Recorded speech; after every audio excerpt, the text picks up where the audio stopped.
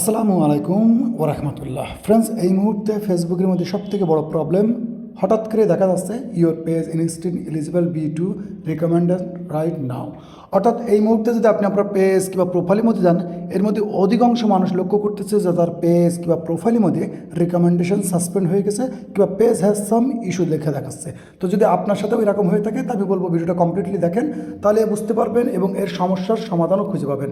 তো রিসেন্টলি যদি আপনি ফেসবুক পেজের মধ্যে কিংবা প্রোফাইলের মধ্যে যান, হঠাৎ করে দেখবেন আপনার কাছে এরকম দুইটা কিংবা তিনটা কিংবা একটা পপ আপ ওপেন হচ্ছে, যেখান থেকে আপনি দেখতে পাচ্ছেন যে আপনার পেজ রুলস ব্রেক করছে, আপনার পেজে সাম ইস্যু আছে, আপনার রিকমেন্ডেশন সাসপেন্ড আছে, কারণ আপনার কন্টেন্টের মধ্যে প্রবলেম আছে।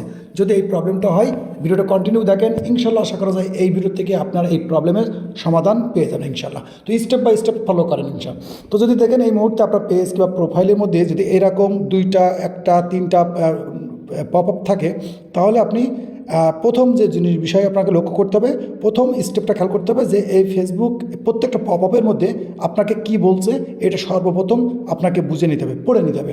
প্রথম আমি স্টেপ বাই স্টেপ বলি। প্রথম যে জায়গায়, এই জায়গায় আপনার বলতেছে যে আপনার পেজের মধ্যে প্রোফাইল কিংবা কভার ইমেজ কিংবা আপনার পেজ কিংবা পেজের মধ্যে যে ডিটেলস দেওয়া আছে সেখানে কিছু না কিছু ইম্প্যাক্ট আছে, যেটা ফেসবুকের এআই ডিটেক্ট করেছে, যার কারণে এই প্রবলেম।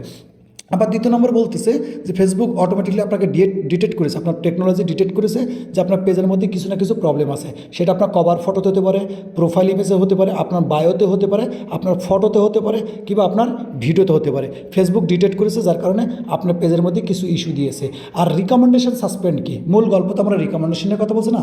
এই রিকমেন্ডেশনটা কি, রিকমেন্ডেশন সাসপেন্ড হয়ে যাওয়ার পরে আপনি যখন আপনার পেজের মধ্যে কন্টেন্ট আপলোড করবেন, তখন ফেসবুক সেই কন্টেন্টগুলো মানুষকে দেখাবে না। এখন এখানে যদি একদম লাস্ট স্টেপে আপনি লক্ষ্য করেন, এই লাস্ট স্টেপে দেখলেও কিন্তু একটা জিনিস বুঝতে পারবেন। আমি একটু স্ক্রল দিই, এই লাস্ট স্টেপে দেখলে বুঝতে পারবেন যে আপনার কিন্তু কন্টেন্টের মধ্যেও প্রবলেম আছে। অর্থাৎ আপনার পেজ প্রোফাইলের মধ্যে তো প্রবলেম আছে, আবার কন্টেন্টের মধ্যে প্রবলেম আছে। এখন সমাধান কি? সমাধান যে যদি আপনার অরিজিনাল কন্টেন্ট হয়, আপনি চেক করবেন, সেই সমস্যার সমাধান করবেন। আর যদি আপনি দেখেন ডুপ্লিকেট কন্টেন্ট অর্থাৎ কপিরাইট কন্টেন্ট, কারণ এটা কিন্তু সবথেকে বেশি লক্ষ্য করা যাচ্ছে কপিরাইট কন্টেন্ট, যারা ডুপ্লিকেট কন্টেন্ট অন্যের কন্টেন্ট আপলোড করে তাদের পেজের মধ্যে এই প্রবলেমটা বেশি দেখা দিচ্ছে। কারণ আমার কাছে যেহেতু মাল্টিপল পেজ আছে, আর আমি মাল্টিপলভাবে এই প্রবলেমটা লক্ষ্য করতেছি এবং প্রতিনিয়ত কাজ করছি, ইনশাল্লাহ আস্তে আস্তে কিন্তু সমাধান হচ্ছে। তো এগুলো কিন্তু ভয়ের কোনো কারণ নেই, এটা কিন্তু আপনি চাইলে আপনি নিজের থেকে নিজেই ঠিক করতে পারবেন, শুধু স্টেপ ফলো করে আপনাকে কাজ করতে হবে।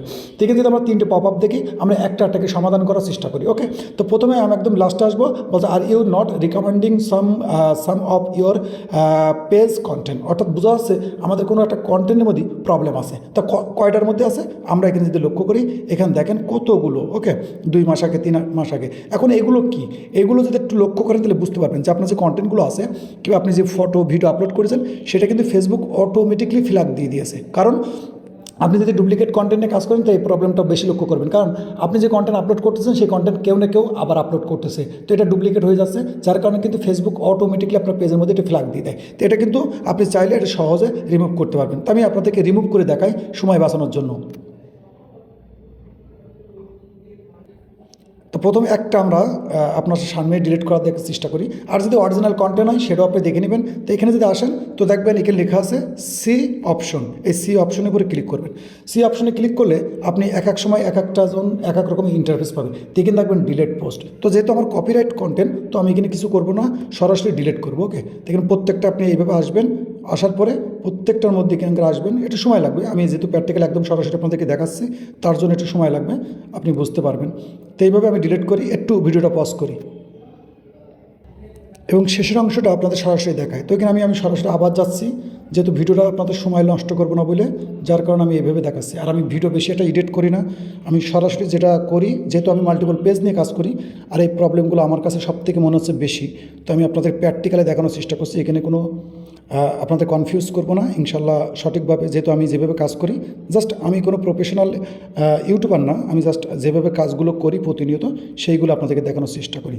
তো এখানে দেখা যাচ্ছে ডিলিট হয়ে গেছে। ওকে, তো আমরা এখানে কিন্তু 3টে পপ আপ দেখতেছি। ওকে, তো একটা পপ আপ কিন্তু অলরেডি চলে গেছে, আপনারা একটু রিফ্রেশ করলে বুঝতে পারবেন। এখানে 3টে পপ আপ আছে, আমি একটা রিফ্রেশ মারি কিংবা আবার ব্যাকে গিয়ে আবার রিকমেন্ডেশনে আসবো, এখানে আসবো, আসলে দেখতে পাবো যে একটা পপ আপ কিন্তু চলে গেছে, কারণ কন্টেন্টের যে প্রবলেমটা আছে কন্টেন্ট কিন্তু রিমুভ হয়ে গেছে। এখন এখানে দুইটা স্টেপ বাকি আছে। একটা হচ্ছে আপনার প্রোফাইলের মধ্যে সকল ডিটেলস ঠিক করতে হবে, আর এটা কিন্তু যেহেতু আপনার প্রোফাইল এবার কন্টেন্ট মিলে ধরেছে সেটার জন্য এটা থাকবে লাস্টে। এটা কিন্তু কি আপনার প্রোফাইলের মধ্যে আপনার প্রোফাইল ইমেজ, কভার ইমেজ, প্রোফাইলে যে ডিটেলস দিয়ে আছে এইগুলো আপনি ঠিক করবেন যদি কপিরাইট কন্টেন্ট হয়। কারণ এখানে যদি আপনি সুন্দরকে পড়েন তাহলে বুঝতে পারবেন এখানে কিন্তু বলতেছে যে আপনার প্রোফাইলের মধ্যে যে প্রোফাইল পিকচার আছে, কভার ইমেজ আছে, ডিটেলস আছে, এগুলো কিন্তু সমস্যা, কারণ এটা অনেক মানুষ ব্যবহার করেছে, ঠিক আছে। তো আপনার এই স্টেপটা কমপ্লিট হবে কখন? যখন আপনি প্রোফাইল পিকচার চেঞ্জ করে দেবেন, কভার পিকচার চেঞ্জ করে দেবেন, আপনার প্রোফাইলে কিংবা কভার পেজের মধ্যে যে ডিটেলসগুলো দেওয়া আছে সেগুলো চেঞ্জ করে দেবেন, এই পপ আপটা চলে যাবে।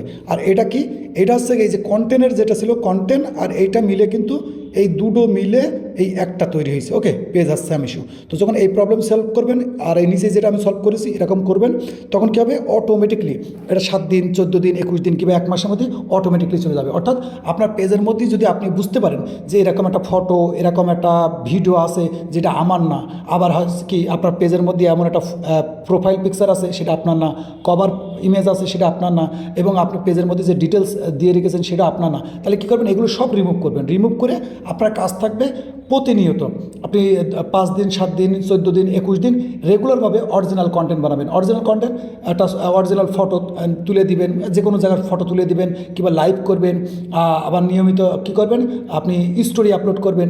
যখন দেখবেন আপনি প্রতিনিয়ত একদম অরিজিনাল জিনিস, অরিজিনাল মানে আপনার ক্যামেরাতে যখন তোলা থাকবে, আমি কিন্তু একদম অর্গানিক বলার চেষ্টা করছি যেভাবে আমি সমাধানগুলো করি, কারণ আমাদের কাছে কিন্তু মাল্টিপল পেজ, ওকে।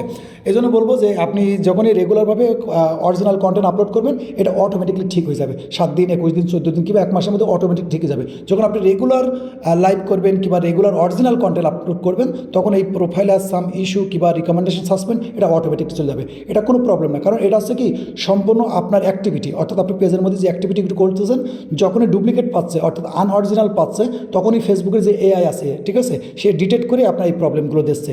আবার দেখবেন অনেক অরিজিনাল কন্টেন্ট ক্রিয়েটার আছে তাদের কিন্তু আসে না, আবার অনেক অরিজিনাল কন্টেন্ট ক্রিয়েটার আছে তাদেরও আসে, কারণ কিছু না কিছু ভুল থাকে।